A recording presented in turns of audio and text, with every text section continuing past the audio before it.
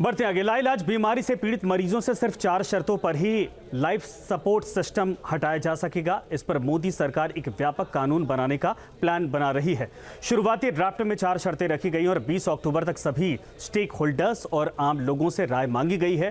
केंद्रीय स्वास्थ्य मंत्रालय की वेबसाइट पर जाकर लोग अपना सुझाव दे सकते हैं।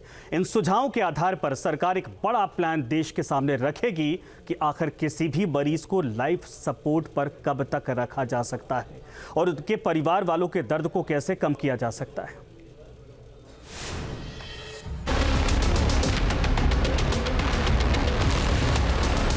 जब भी किसी परिवार के सदस्य पर ऐसी बीमारी की विपदा आती है कि मरीज को लाइफ सपोर्ट की जरूरत पड़ जाए, तब मरीज के साथ साथ परिवार को भी कड़ी अग्नि परीक्षा से गुजरना पड़ता है।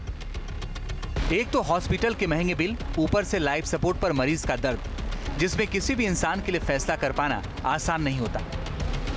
मगर अब डॉक्टर्स ये फैसला ले सकेंगे कि मरीज का लाइफ सपोर्ट हटाया जाना चाहिए या नहीं।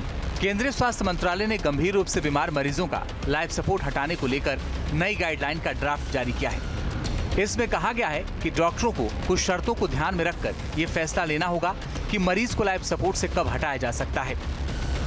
मरीज के परिवार वालों की तरफ से लाइफ सपोर्ट जारी रखने से इनकार किया गया हो, मरीज को ब्रेन डेड घोषित किया जा चुका हो, मरीज की बीमारी लाइलाज स्टेज में पहुंच गई हो, 72 घंटे में सुधार के कोई लक्षण न दिख रहे हों। गाइडलाइंस में 4 शर्तें ऐसी हैं जिनके आधार पर यह फैसला लिया जाएगा कि लाइफ सपोर्ट को रोकना मरीज के हित में सही है या नहीं।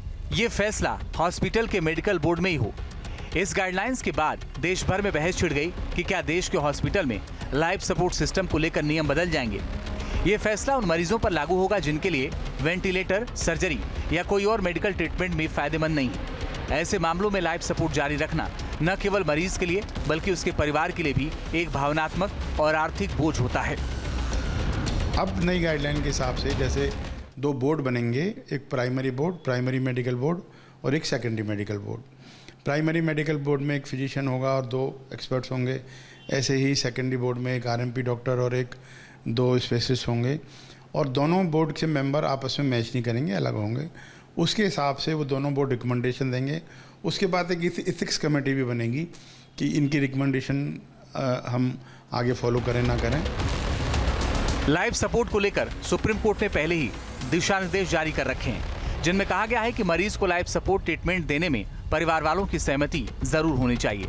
मोदी सरकार ने अपनी नई गाइडलाइंस में सुप्रीम कोर्ट के दिशा निर्देशों को भी पालन करने की हिदायत दी है। साथ ही साथ इस नए नियम पर आम राय बनाने के लिए 20 अक्टूबर तक सुझाव मांगे गए हैं, क्योंकि लाइफ सपोर्ट सिस्टम को लेकर देश भर के मेडिकल संगठनों की अलग अलग राय है। सरकार के ड्राफ्ट के मुताबिक ऐसे हालात में मरीज को फायदा नहीं पहुंचाते बल्कि उनकी तकलीफ ही बढ़ाते हैं, इसलिए उन्हें ठीक नहीं माना जाता है। ऐसे मरीजों के लिए एलएसटी हटाना दुनिया भर में आईसीयू केयर का स्टैंडर्ड माना जाता है और इसे कई जगह कानूनी मान्यता भी दी गई है। ऐसे फैसले मेडिकल, एथिकल और लीगल पहलुओं को देखने के बाद ही लिए जाते हैं। ये माना जा सकता है कि किसी मरीज को लाइफ सपोर्ट ट्रीटमेंट पर रखने से पहले भी इन बातों का ख्याल रखना जरूरी है। Team news nation. News nation अब व्हाट्सएप पर खबरों के ताजा अपडेट के लिए न्यूज़ नेशन के इस क्यूआर कोड को स्कैन करें।